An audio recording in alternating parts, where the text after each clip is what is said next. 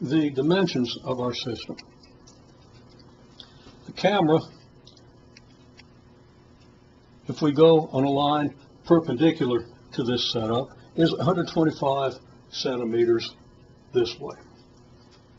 And from this point over, the distance is 55 centimeters.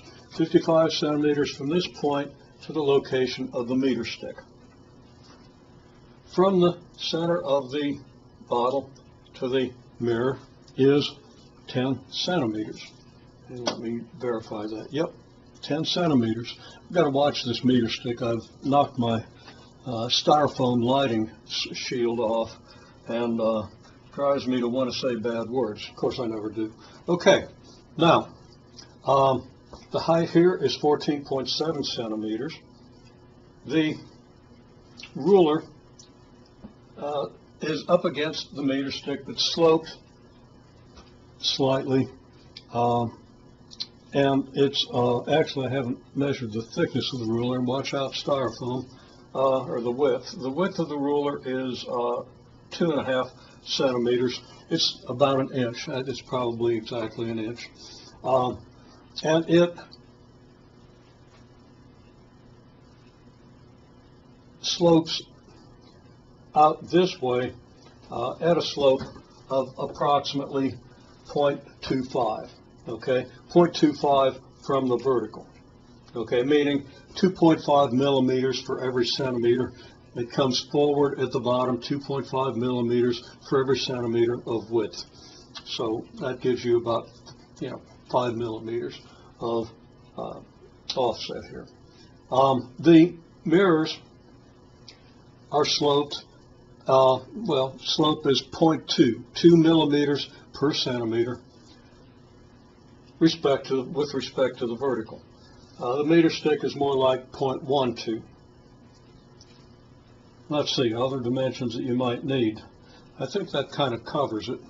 Let me just look at the things that I've measured here. Oh yeah, that's very important. The level of the outlet here is at 31.2 centimeters on the meter stick when it's turned in the direction that measures meters. And of course, the zero end is at the top. The scale goes up as you go down, as you can plainly see. And was there one more thing? Let's see. I wrote all this down, thought I'd remember it. Yeah, the bottom of the ruler is at 39.2 centimeters, I believe. Let's make sure. Yeah, 39.2 centimeters on the meter stick. Now those measurements are, watch out for the styrofoam again, measured parallel to the ground, horizontally here, and then measuring horizontally from the bottom of the meter stick, from the bottom of the ruler to the meter stick. So those are our dimensions.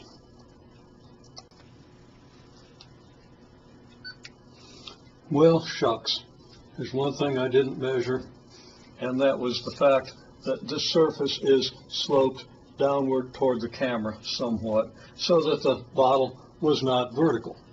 All the measurements I gave you for the slopes and everything were with respect to vertical, and I didn't give you the slope of the bottle, and I'm not going to give you the slope of the bottle. We're just going to repeat the experiment.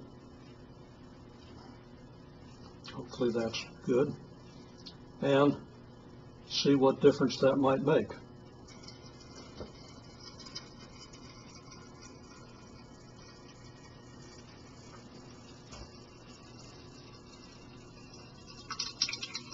Now I could have done this, it only takes a couple of minutes, and pretended I got it right every time, but then you wouldn't see the modifications we need to make in an experiment, the types of modifications, the types of things we need to think about in order to get really accurate results. And it looks like my fingers are getting a little sticky. Another thing I would have done differently is I would have gotten a sugar-free beverage. I swear this thing is moved. I don't really see it. Yeah, maybe. Okay. So now we have another run, and we can compare. We can see if straightening this thing out, because now it is close to vertical to within probably about 1%.